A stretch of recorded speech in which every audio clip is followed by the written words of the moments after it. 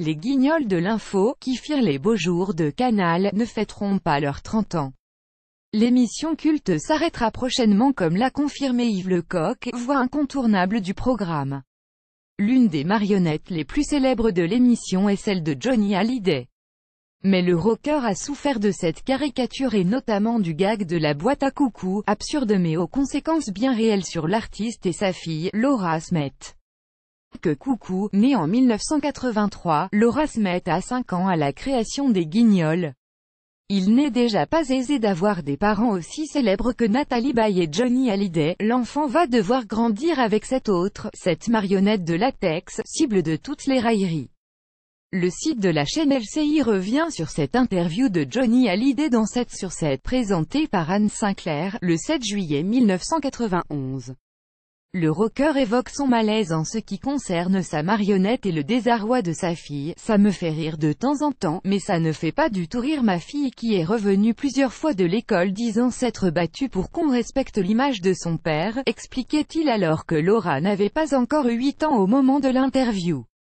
Ce n'est pas très agréable dans la vie quotidienne de s'entendre traiter d'abruti.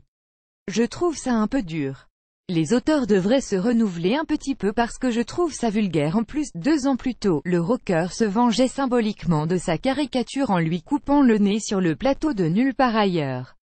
En 2007, interviewé pour Madame Figaro par l'écrivaine et polémiste dont n'est pas couchée Christine Angot, Johnny Hallyday confiait « Ce qui m'a fait le plus mal dans ma vie, ça a été le mépris. Je n'étais pas allé à l'école, donc il y a des choses que je ne connaissais pas, et on me traitait d'abruti.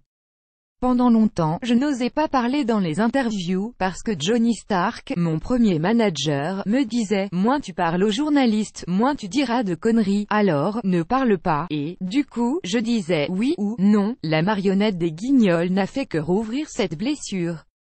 C'est, comme le disait si bien Jean-Claude Camus dans Closer et comme le confirment ceux qui ont bien connu la star, un très grand malentendu, Johnny est très intelligent et cultivé. On l'a fait passer pour un benet pendant des années.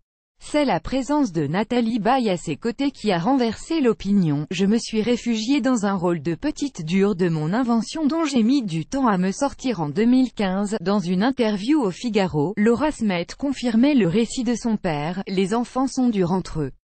Il se moquait de moi à cause de la marionnette de mon père dans les Guignols de l'info sur Canal. Pour me protéger, je me suis réfugiée dans un rôle de petite dure de mon invention dont j'ai mis du temps à me sortir. En décembre, lors que Johnny Hallyday est mort, les Guignols lui ont rendu un dernier hommage en faisant chanter à ses marionnettes une reprise de Quelque chose de Tennessee.